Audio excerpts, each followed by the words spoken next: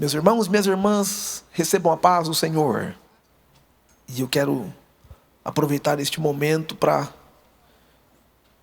trazer algo que o Senhor colocou em meu coração, de acordo com esta série de pregações que Deus tem inspirado o nosso pastor para pregar. Iniciando na semana passada, o tema desta série é a nossa verdadeira identidade.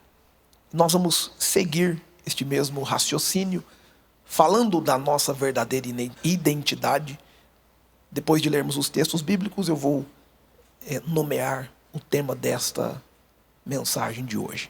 Nós vamos ler 3 textos bíblicos e promover um raciocínio interligado entre todos estes textos, para que a revelação de Deus para nós esta noite e esta semana se faça clara e concisa. Leremos 2 Pedro 2, do 20 ao 21.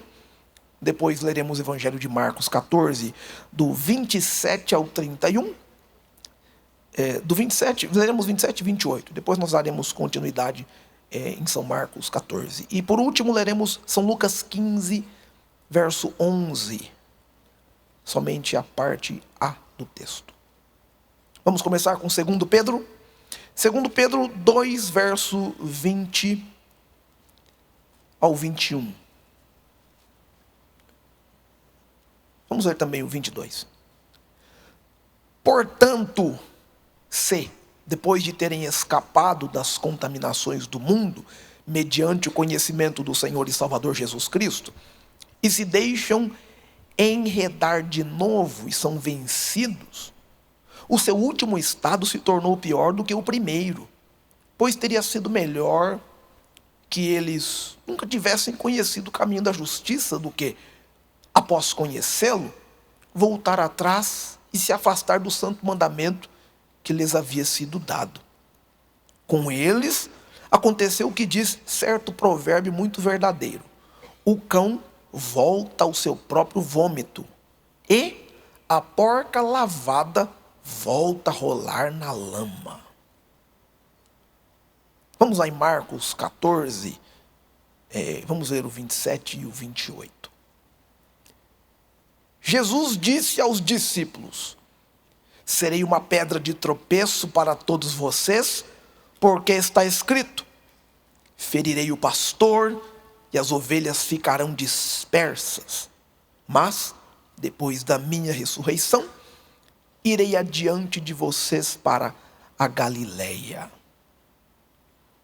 Por último, vamos ler Lucas 15, verso 11, a parte A do texto. Jesus continuou: certo homem tinha 2 filhos. Amém. Esta mensagem tem um tema muito importante, porque a nossa verdadeira identidade em Deus está ligada primariamente com a nossa adoção de filhos. Baseado nesses textos, nós vamos entender uma revelação de Deus subordinados ao tema: reassuma sua posição de filho. Reassuma sua posição de filho. 2 Pedro 2, do 20 ao 22. O apóstolo Pedro está nos lecionando sobre a real possibilidade e as graves consequências de desviar-se ou de afastar-se, ou, em um termo mais comum, cair. E por que ele está fazendo isso? É interessante nós encontrarmos essa passagem vinda da pena, da escritura, da caligrafia de um amanuense que escreve as palavras ditadas por Pedro, porque quem vê Pedro exortando alguém acerca de cair, de desviar-se, ou escorregar na fé, várias aplicações, várias terminologias podem ser dadas a essa atitude de afastar-se de Deus. Quem vê Pedro ensinando, instruindo sobre isso, e não conhece a história de Pedro, pode dizer: olha que palavra bonita, Pedro está indo muito bem, Pedro está caprichando, Pedro, olha esse rapaz aí, ele é um homem de Deus mesmo, ele está falando com propriedade. Mas se a gente olhar a história de Pedro cuidadosamente, dá uma olhadinha, só dá uma vasculhada no passado de Pedro, a gente vai ver que Pedro também deu uma escorregada. Pedro também caiu. E aí, nós temos duas opções. Ou a gente pega o ensinamento de Pedro que ele está dando sobre o cair, sobre o desviar-se, e leva muito a sério, porque alguém que já passou por isso tem muito que ensinar. Ou alguém pode até desdenhar de Pedro, dizendo: Pedro caiu, mas o que ele tem para ensinar para a gente sobre esse negócio de desviar-se ou afastar-se de Deus? Eu prefiro a primeira opção. Porque baseado na experiência que Pedro teve, ele pode instruir e nos dar um legado de informações que podem prevenir a nossa queda. E aí, nós olhamos isso porque o processo do afastamento é gradual. O processo de queda, o processo de desviar-se é muito gradual. Ele acontece em pequenos passos. São passos dados em uma direção oposta à presença de Deus. E ninguém acorda pela manhã: não, hoje eu vou desviar, hoje eu vou abandonar, hoje eu vou jogar a toalha, hoje eu vou sair da presença, não, acabou, hoje para mim. Não, ninguém acorda assim. É um processo. Passo a passo as pessoas se afastam. Passo a passo as pessoas deixam seus afazeres na casa de Deus. Passo a passo elas renegam o dom do Espírito Santo. Passo a passo elas se tornam céticas e críticas do outro. E isto é muito perigoso. Nós podemos examinar o processo que levou Pedro a esse desvio, a essa queda, e desse processo tirar algumas lições para nós, baseados na informação que Jesus já tinha dado a Pedro. Porque no primeiro versículo que nós lemos, no primeiro conjunto de textos, nós observamos que Pedro está dando um ensinamento acerca do desviar-se, e ele está com muita propriedade exortando. No segundo texto, no Evangelho de Marcos 14, que nós lemos, é um episódio, o evento, o momento em que Pedro está prestes a se desviar. Mas aí, nós lemos o Evangelho de Lucas, capítulo 15, que é o capítulo das coisas perdidas. E neste capítulo, Jesus conta 3 parábolas, sendo a terceira parábola, que nós lemos o início dela. Jesus continuou: um homem tinha 2 filhos, a chamada parábola do filho pródigo. É uma pregação que Jesus está fazendo para uma multidão e para os seus discípulos, falando sobre este momento que alguém pode atravessar, o momento de desviar-se. Do jeito que Jesus estava pregando para os discípulos sobre essa questão de desviar-se, de afastar-se, eu recebo a incumbência de Deus para pregar isso aqui essa noite para você. Deus nunca manda uma palavra em vão. Deus nunca manda uma palavra à toa. Do jeito que Jesus pregou essa palavra, Pedro estava sentado lá na audiência, ouvindo a mensagem que Jesus pregou sobre o filho pródigo. Jesus está nos dando essa palavra aqui essa noite. E olha o que acontece com Pedro. Isso reflete exatamente a pregação que Jesus fez. Como eu disse, desviar-se é um processo que vai acontecendo devagar, devagar. No caso de Pedro, nós podemos olhar que o abandono da fé acontece vagarosamente, assim como todo e qualquer mau hábito adquirido. Um mau hábito não surge da noite para o dia. A procrastinação não surge da noite por dia. Devagarinho a pessoa vai abandonando certas tarefas, e quando vê que não, pensa que não, torna-se um procrastinador profissional. Olha, eu sou profissional em deixar tudo que eu tenho que fazer hoje para fazer amanhã. E olha, amanhã eu também não vou fazer. A alimentação desregrada não surge da noite por dia. Não é amanhã, a partir de amanhã eu só como coisa errada. Não, é devagarinho que a pessoa vai desregrando a sua comida e quando pensa que não, está comendo tudo errado. E aí ora, pastor, ora para Jesus me curar. Olha, irmão, tira o sal, tira o óleo, tira o açúcar, vigia. E a sua vida vai mudar, aleluia. O sedentarismo não começa da noite para o dia. Amanhã eu não vou mais fazer nada. Não, irmãos. O sedentarismo é gradual. Quando você vê alguém sedentário, é que gradualmente ele foi se encostando em si mesmo. E ele agora pode encostar em si mesmo com toda a precisão, porque agora ele vai ter bastante espaço. O sedentário encosta em si mesmo, literalmente. Todo mau hábito adquirido é um processo lento e gradativo.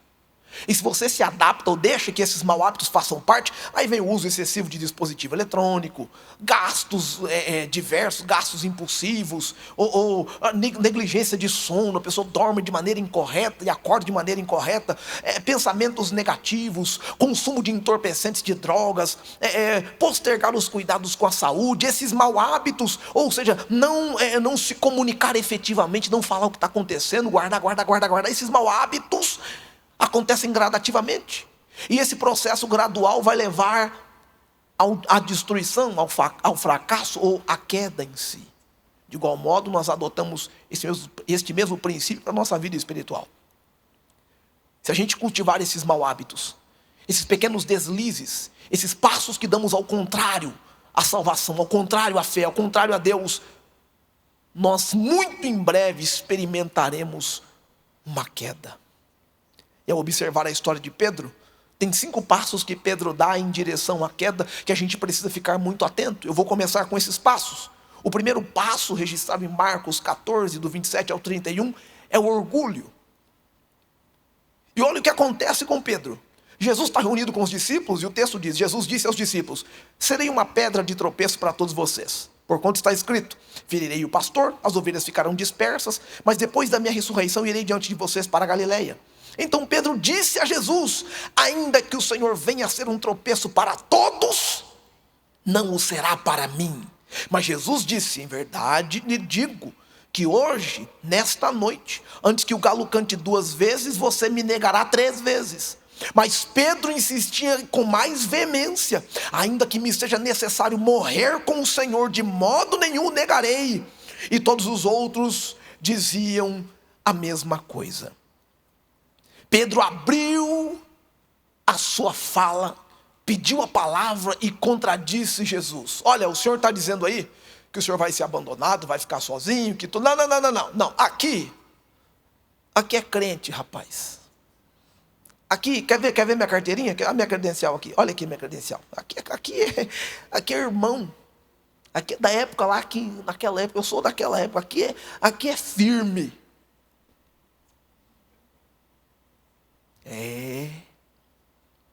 Essa maneira arrogante com que Pedro afirmou que ele estaria ao lado de Jesus, ele ficaria com Jesus, não importa. Isso não era um sinal de fé, isso era arrogância. Porque Jesus avisou para ele, isso aqui, eu não estou dizendo isso para jogar um verde para vocês quando me virem preso, vocês ficarem com dó, e ele falou que ia ser abandonado, vamos ficar. Não, eu estou dizendo para vocês que é profético. É o que vai acontecer, porque eu preciso sofrer sozinho. E Pedro se encheu de si mesmo e disse, não, aqui é crente demais. Aqui não, fique tranquilo. O orgulho é o primeiro passo em direção à queda. E nós precisamos matar o orgulho da nossa espiritualidade. Nós precisamos matar o orgulho da religiosidade. Nós precisamos matar o orgulho da autossuficiência da fé. Não, Deus já falou comigo, eu já tenho uma palavra. Não vem com esse negócio de palavra para mim, não vem, não, eu já recebi. Eu já tenho, já está tudo aqui. Eu já fiz o download do céu. A nuvem eu já recebi, fique tranquilo, não venha me corrigir, me orientar. Não, eu não preciso disso, não. Eu não preciso de pastor, não preciso de orientação, de oração, não, deixa, eu estou no caminho. Pedro disse para Jesus: olha aqui, ainda que esse bando de frouxo, olha, todo um bando de fraco, ainda que eles te abandonam, eu estou aqui, Jesus, conta comigo, porque eu vou contigo. O orgulho é um perigo. Provérbios 16, verso 18 diz que antes da ruína vem a soberba, e o espírito orgulhoso precede a queda. Todo o orgulhoso está fadado ao fracasso. Eu ouvi uma frase e eu vou repetir: o pavão de hoje é o espanador de amanhã. Muito cuidado, porque o orgulho é perigoso. O orgulho, ele nos coloca no centro das atenções. E por causa do orgulho, nós colocaremos Deus em segundo plano, e nós nos orgulharemos da nossa cristandade. Não, gente, não pense assim, não pense assim. O orgulho do poder, o orgulho do conhecimento, o orgulho da autojustificação, quaisquer que sejam as ramificações do orgulho, eles são negativos. É o primeiro passo para se afastar, e é o que aconteceu com Pedro. No reino de Deus, tem que ser humilde. No reino de Deus tem que parecer uma criança com inocência. O conselho que Paulo dá para a igreja de Corinto, em 1 Coríntios 10, versos 11 e 12, ele fala assim: ora, tudo isso lhes acontecia como exemplo, e foi escrito para aviso nosso, para quem já são chegados os fins dos séculos. Aí ele diz: aquele, pois, que pensa estar em pé, olhe, não caia. Ninguém pode se orgulhar de estar de pé. Nós estamos de pé na nossa força. Nós estamos de pé pela graça de Deus. Mas São Lucas 15, verso 12, Jesus tinha pregado isso aí para Pedro. Jesus já tinha falado essa parte aí. Em São Lucas 15, verso 12, é a parte que Jesus começa a narrar. Certo homem tinha 2 filhos, e o mais moço disse: me dá parte da minha fazenda que me pertence, que eu não quero mais trabalhar para o senhor não. Me dá minha parte aqui que eu vou cuidar da minha vida. O rapazinho orgulhoso, né? Me dá aqui. Novo, o pai tudo tinha conquistado, o pai tudo tinha feito, o pai tudo tinha promovido. O menino novo, orgulhoso. O orgulho é o primeiro passo para a queda. Aí, olhando a vida de Pedro aqui, nessa mesma sequência, Marcos 12, do verso 32 em diante, acontece o segundo passo para a queda. E o segundo passo é muito perigoso. O segundo passo é a preguiça. O segundo passo para a queda é a preguiça. E eu vou dizer o porquê. Olha o que diz. Marcos 14, verso 32 a 42. E, voltando, achou-os dormindo. E disse a Pedro: Simão, você está dormindo? Não conseguiu vigiar nem uma hora. A preguiça leva a gente para longe de Deus. A preguiça nos tira da posição de filhos que Ele nos deu, porque afastar-se de Deus automaticamente nos renega a posição de filhos que Ele nos concedeu. Deus não tem filhos distantes. Deus não tem filhos em outras vizinhanças. Todos os filhos de Deus estão próximos a Ele. Mas depois do orgulho e depois da preguiça, nós começamos a nos afastar de Deus. E a nossa preguiça, convenhamos, que é uma preguiça seletiva. Porque tem coisa que a gente não tem um pingo de preguiça, mas tem coisa que nós temos. A gente a gente faz uma maratona boa, a gente maratona coisas aí que você não imagina. Meu Deus do céu, é uma maratona do fim de semana, tudo é maratonado no fim, tudo, aquela maratona, você sabe o que eu estou dizendo, eu estou com a palavra aqui, você sabe o que eu estou falando. A gente maratona coisas e coisas, mas começa a ler João 3,16 e dorme em João 3,17. Nossa preguiça é seletiva. A gente seleciona as coisas que nós vamos, e todas as as coisas que nós normalmente selecionamos são aquelas que estão relacionadas com o reino de Deus, com a presença de Deus. Nós começamos a deixar de vigiar. E Pedro podia ter orado com Jesus até tarde, porque Pedro estava acostumado a pescar de madrugada. Pedro sabia, Pedro conhecia a noite. Pedro trabalhava à noite. Tem um texto no final do Evangelho de João, pescando a noite inteira. Olha Pedro lá intertido com seus afazeres, joga rede, e puxa rede, e pesca, e vai, e mergulha, e reclama, e grita com Tiago, a noite inteira. Aí Jesus chama Pedro para orar, não dá 1 hora, o rapaz está dormindo. A preguiça faz a gente se afastar de Deus.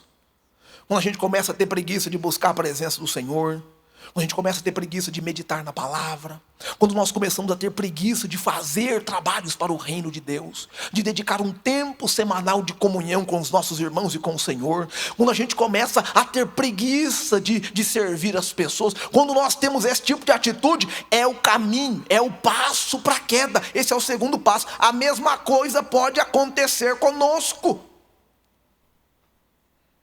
Agora preste atenção, porque Jesus falou isso na pregação do filho pródigo. Jesus avisou. Olha o que diz lá em Lucas 15:13. Jesus falou da preguiça do rapaz que cansou de trabalhar para o pai e queria vida boa com o dinheiro que ainda era do pai. Ele não tinha autorização para pegar aquela herança antes do pai falecer, ou antes do pai dar a herança para ele. Não, ele não tinha. Mas ele insistiu que queria ser autossuficiente.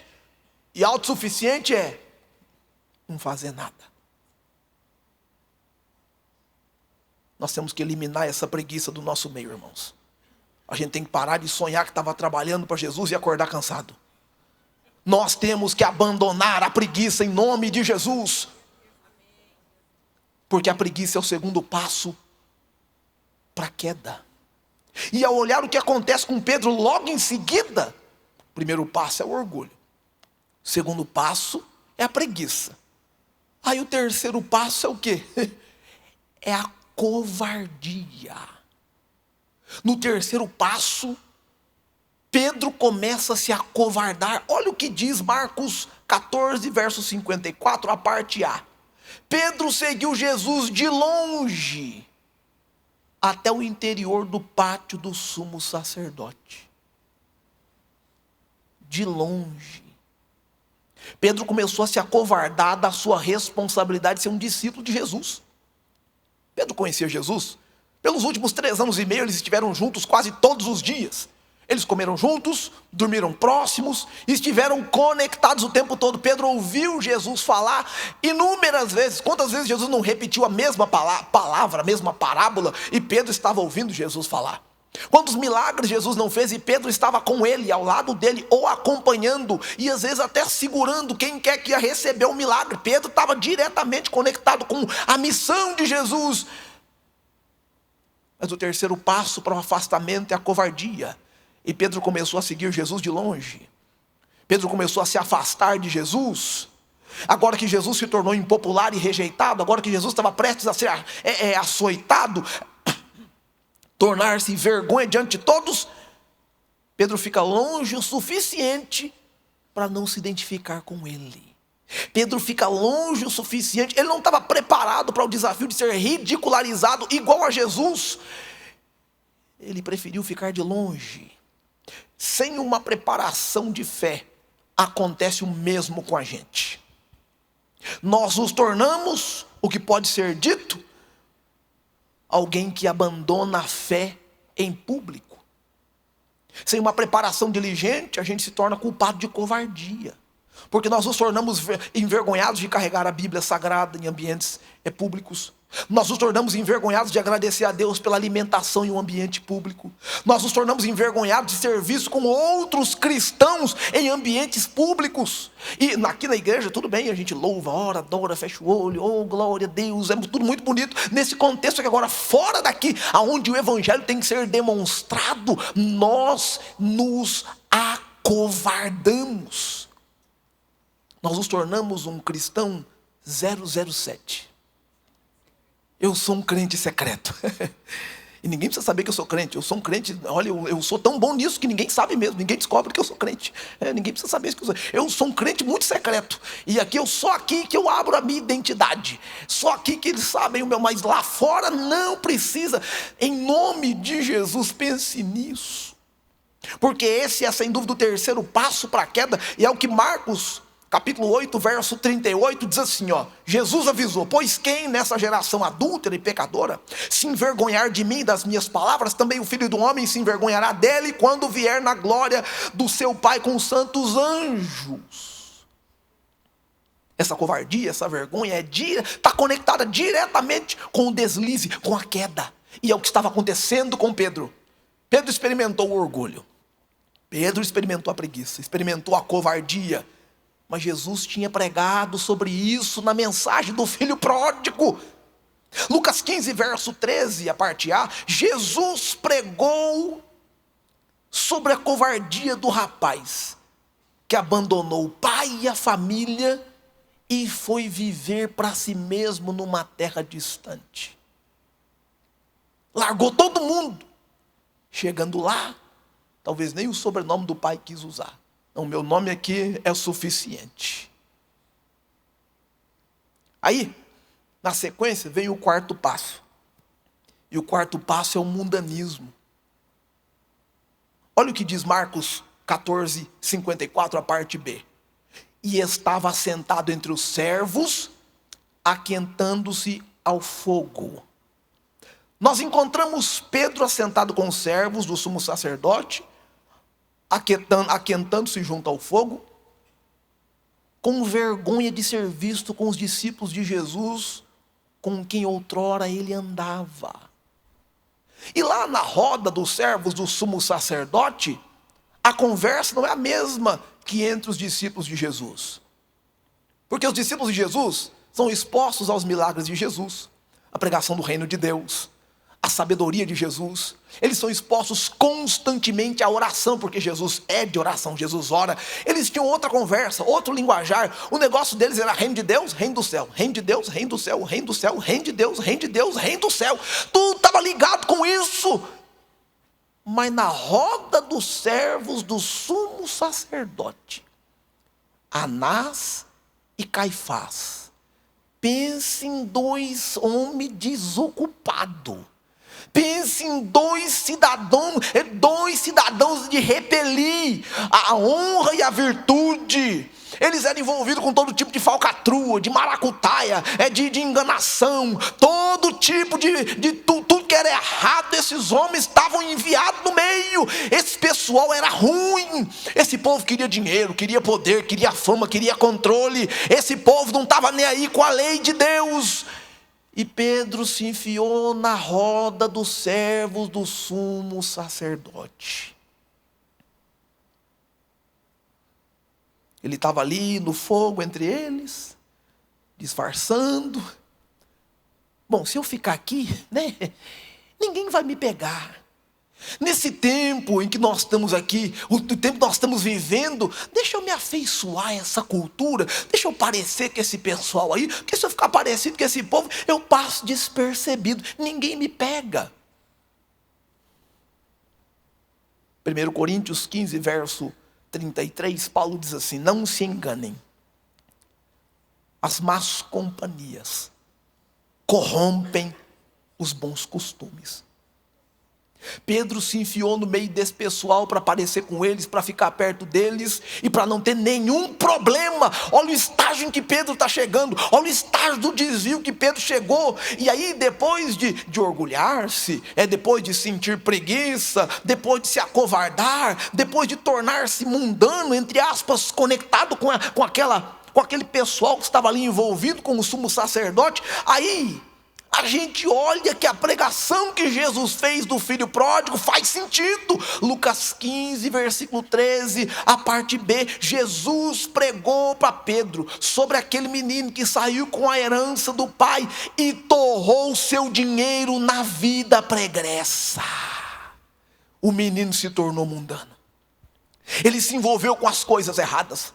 Ele se envolveu com gente errada, ele se envolveu com pessoas que só pensavam na sua finança, no seu dinheiro, no que ele podia proporcionar com o pouco que tinha financeiramente falando. Ele se tornou mundano junto com aquelas pessoas. Jesus tinha pregado isso aí para Pedro, mas Pedro deu um passo em direção ao mundanismo. E agora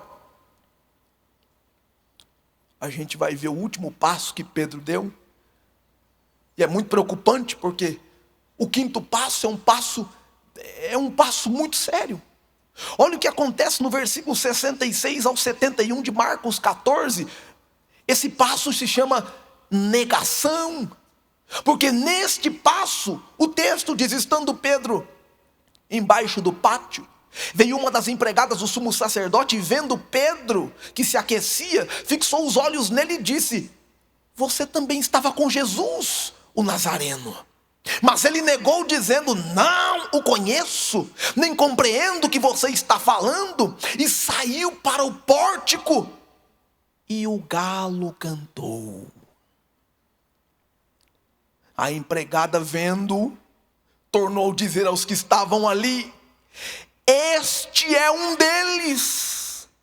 Mas ele negou outra vez, e pouco depois, os que estavam ali disseram outra vez a Pedro: com certeza você é um deles, porque também é galileu. Ele, porém, começou a praguejar e a jurar: não conheço este homem de quem vocês estão falando.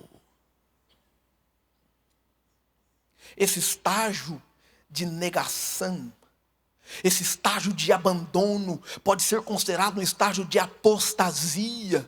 Um estágio em que nós estamos tão longe, tão distantes de Deus, nós estamos anestesiados pelo erro, e não há nenhuma intenção de recobrar, ou de voltar, ou de praticar as primeiras obras. É um estágio onde o mundo tomou conta, o pecado tomou conta, o eu, o orgulho, a preguiça, o mundanismo, todas essas coisas negativas se apegaram, e é um perigo muito grande estar neste passo. Ao fazê-lo, ao dar esse passo de negar a Jesus, Pedro passou por o vertigem da morte.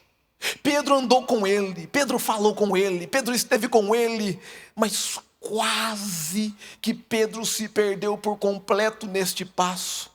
E eu vim pregar para você uma coisa aqui essa noite, que ao observar estes passos da negação, esses passos que são dados em direção ao desvio, ao deslize, ao abandono da fé, tudo começa com orgulho, e aí a gente foca na preguiça, e aí na covardia, e torna-se mundanismo, e o último passo seria a negação veemente da não existência de uma conexão com Deus, ou abandono da fé. Estes passos podem levar alguém ao pleno fracasso, podem levar alguém à morte espiritual, podem levar alguém a desfiliar-se de Deus, a abandonar o seu título de filhos de Deus, a deixar de lado a salvação que lhe fora oferecida. Seguindo esses passos, alguém poderá ficar travado na vida. Mas eu vim pregar uma mensagem aqui ao seu coração,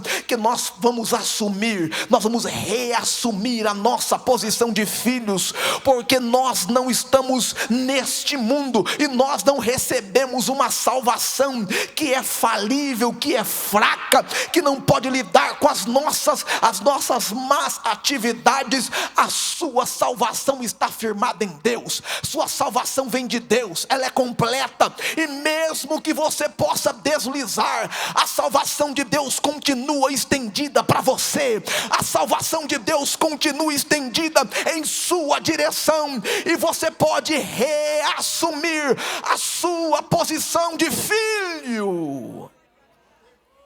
Lucas 22, versos 60 ao 62, virando-se o Senhor olhou para Pedro, e Pedro lembrou-se da palavra do Senhor, como havia dito: hoje, antes que o galo cante, 3 vezes me negará. E havendo saído, chorou amargamente. Pedro se entristeceu de tal forma porque ele soube o que aconteceu com ele. E eu quero sugerir uma coisa para nós aqui, e é muito sério isso.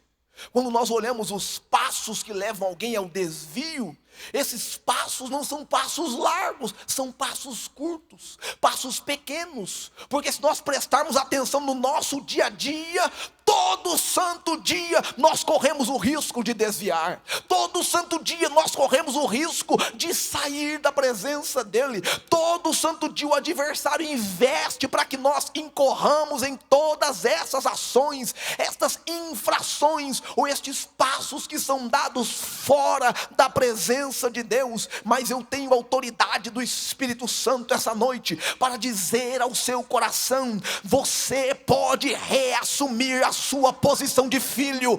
Deus não vai permitir que você fique prostrado, e Ele não permitirá que o pecado te engula, te submerja e te domine. Mesmo que você tenha dado alguns passos em direção à queda, o mesmo Deus que restaurou Pedro restaura você. O mesmo Deus que levantou Pedro levanta você. Diga aleluia em nome de Jesus. Jesus disse uma coisa para Pedro em Lucas 22, verso 31 e 32. Simão, Simão, eis que Satanás pediu para peneirar vocês como trigo. Eu, porém, orei por você, para que a sua fé não desfaleça. E você, quando voltar para mim, fortaleça os seus irmãos. Oh, aleluia. Parece que Pedro estava quase desviando, esvaindo, perdendo a sua fé por completo e saindo dos braços de Jesus. Mas do mesmo jeito que Jesus orou por Pedro, Jesus orou por você. Do jeito que Jesus orou por ele, Jesus orou por mim. A nossa fé não vai desfalecer, a nossa fé não vai. A tristeza que Pedro sentiu não foi uma tristeza comum, não foi um remorso, foi o que está descrito em 2 Coríntios 7, verso 10 e 11. Porque a tristeza, segundo Deus,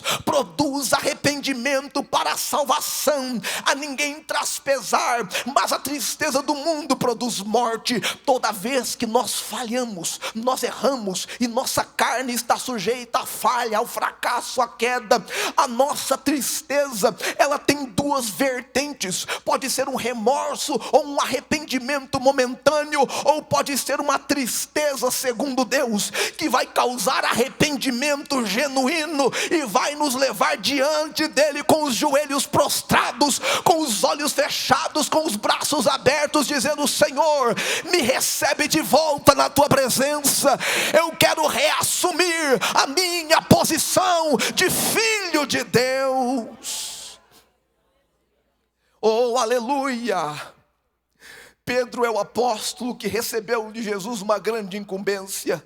Pedro é o apóstolo do qual Jesus disse: Pedro, tu és pedra, sobre esta pedra que sou eu edificarei a minha igreja, e as portas do inferno não prevalecerão contra ela. Pedro é o apóstolo que recebeu as palavras de Jesus: apacenta as minhas ovelhas. Pedro é aquele que recebeu as palavras de Jesus: tu me amas. Pedro é um apóstolo designado por Jesus para realizar uma tarefa de evangelização e de pastoreio muito importante. E aí, o que acontece com Pedro é que depois de ter falhado e negado Jesus, Pedro se arrependeu, Pedro voltou a Cristo, Pedro voltou à fé, Pedro encontrou o Messias ressuscitado, Pedro acreditou que Jesus, o Filho de Deus, era capaz de salvá-lo. E Pedro estava lá no dia de Pentecostes, de Atos 2, quando o Espírito Santo desceu sobre todo mundo, desceu sobre Pedro, e Pedro, cheio do Espírito Santo, outrora estava negando a Jesus, poucos dias estava com o seu coração destruído, com a sua alma batida. Agora Pedro está cheio do Espírito Santo, e Pedro está de pé diante de uma grande multidão, dizendo: varões, irmãos, eu venho aqui pregar para vocês que Jesus Cristo era varão aprovado de Deus e que fez milagres. E importa que vocês creiam nele, sejam batizados, sejam arrependidos dos pecados e recebam salvação. Aleluia! Pedro estava conectado com Cristo. Cristo uma vez mais. E é por isso que Pedro pôde escrever duas belas cartas à igreja para a qual ele era pastor. E agora, Pedro, que estava vivendo uma situação difícil lá no tempo da sua queda, pode exortar a igreja que está com ele, porque outrora Pedro caiu no orgulho, mas agora Pedro está pregando contra o orgulho. Pedro está firme e ele está repreendendo o orgulho. Olha o que ele diz em 1 Pedro 5, verso 5: humilhai-vos debaixo da potente mão de Deus, e ele vos exaltará. Aleluia. Pedro estava no orgulho, mas agora Pedro está na humildade. Pedro estava na preguiça, mas agora Pedro está exortando contra a preguiça. 1 Pedro 5, verso 8: sejam sóbrios, vigilantes. O inimigo de vocês, o diabo, anda em derredor como um leão que ruge, procurando alguém para devorar. Resistam firmes na fé, certos de que os irmãos espalhados pelo mundo estão passando sofrimentos igual a de vocês. Pedro estava vivendo na preguiça, mas agora ele está cheio de Deus, ele está cheio do Espírito Santo. Ele pode pregar contra isso. Ele prega sobriedade, vigilância, vida cristã. Oh, aleluia! Pedro viveu um momento de covardia, mas agora Pedro está pregando contra a covardia. Olha o que ele diz em 1 Pedro 4, verso 16: mas se sofrer como cristão, não se envergonhe, pelo contrário, glorifique a Deus por causa disso. Ele estava lá embaixo, mas agora ele foi restaurado. Pedro estava pregando, ele estava vivendo um momento de mundanismo, e nós observamos a história em que ele se envolveu com aquele povo do sacerdote, mas agora Pedro está liberto. E olha o que ele diz em 1 Pedro 2, versículos 11 e 12: peço a vocês, como peregrinos e forasteiros, que se abstenham das paixões carnais, que fazem guerra contra a alma, tendo conduta exemplar no meio dos gentios, para que quando eles vos acusarem de malfeitores, observando as boas obras que vocês praticam, glorifiquem a Deus no dia da visitação. Pedro estava no mundanismo, mas agora ele está no cristianismo. Ele está cheio de Deus, está cheio de fé, ele está vivendo o evangelho, ele está transbordando o bom testemunho da graça de Deus. Pedro viveu um momento terrível de negação, mas agora Pedro está testificando, Pedro está testemunhando. 1 Pedro 3, versículo 15: mas mesmo que venham a sofrer por causa da justiça, vocês são bem-aventurados. Não tenham medo das ameaças, não fiquem angustiados, pelo contrário, santifiquem a Cristo como Senhor no seu coração, estando sempre preparados para responder a todo aquele que pedir a razão da esperança que vocês têm. Outrora ele estava embaixo, agora ele foi restaurado à posição de filho de Deus. Ele foi restaurado à posição de filho de Deus. Oh, aleluia! Deus deseja nos restaurar à posição de filhos. E esta pregação tem dois endereços. Esta pregação é para você que está afastado de Cristo, que está afastado de Deus, mas você precisa reaver a sua verdadeira identidade. Qual é esta identidade, pastor? A sua identidade é filho de Deus. Reassuma a sua identidade essa noite. Reassuma a sua posição de filho de Deus esta noite. Reassuma esta posição em nome de Jesus. Eu caí, pastor, reassuma esta posição. Eu errei, reassuma esta posição. Eu me afastei, reassuma esta posição. Porque você não vai subir sozinho. É Ele quem te chama, é Ele quem te levanta, é Ele quem te resgata, é Ele quem te ergue da lama. Ele limpa seu nome e diz às nações: este é o meu filho amado.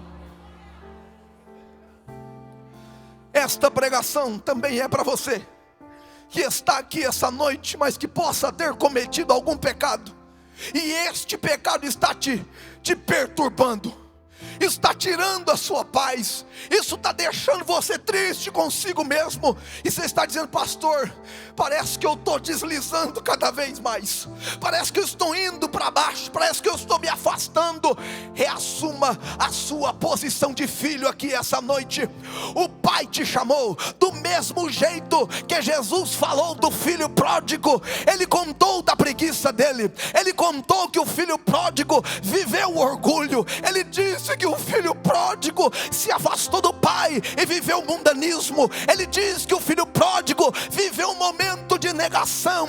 Mas Jesus também pregou que o filho pródigo disse: levantar-me-ei, irei ter com meu pai. E levantando-se foi, e quando estava a caminho, o pai o viu ao longe e saiu ao encontro e abraçou o filho. E quando voltou para casa disse: matem o bezerro novo, tragam vestes novas, sandálias novas, coloquem um anel no seu dedo, porque o meu filho que estava morto reviveu, o meu filho que estava perdido foi achado.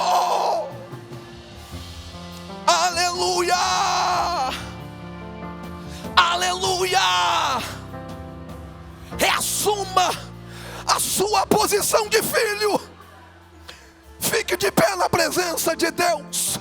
Reassuma a sua posição de filho. Reassuma a sua posição de filho. Reassuma a sua posição de filho. Se você está aqui essa noite e você recebe esta palavra, feche os seus olhos, por favor. Todos nós, feche os seus olhos, por favor. Se você está conosco pela internet, é um momento especial. Você precisa reassumir a sua posição de filhos. Você precisa reassumir a sua posição de filho. Há um número para você enviar uma mensagem, e nós vamos te enviar um formulário para você preencher. Jesus quer te receber. Nós vamos orar pela sua salvação aqui essa noite. Talvez você se sinta mal com algo que tenha acontecido, e no seu coração diz: poxa, pastor, parece que eu já não sou mais filho. Reassuma a sua posição de filho essa noite. Tome esta decisão em nome de Jesus. Tome esta decisão de se firmar diante dele. Pedro caiu, mas Pedro voltou. O filho pródigo foi embora, mas ele também voltou. Você também pode voltar. Você também pode voltar. Você também pode voltar. Aleluia, o Espírito Santo. Com os olhos fechados, se você sente o Senhor Deus te chamando, dê um sinal com a sua mão e abaixe a sua mão. É um sinal para Deus, não é para mim ou para quem está ao seu lado, é para Ele. Dê um sinal de renovo com o seu compromisso com Ele. Levante a sua mão e abaixe a sua mão. Faça este sinal de compromisso com Ele agora. Reassuma sua posição de filho de Deus. O adversário não pode te acusar para sempre. O inimigo não pode te manter acuado ou travado numa esquina, em um beco sem saída, te acusando do seu passado. Ele não tem poderes contra você. Você é filho de Deus.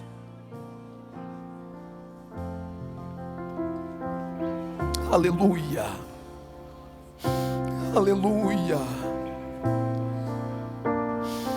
Aleluia. Aleluia.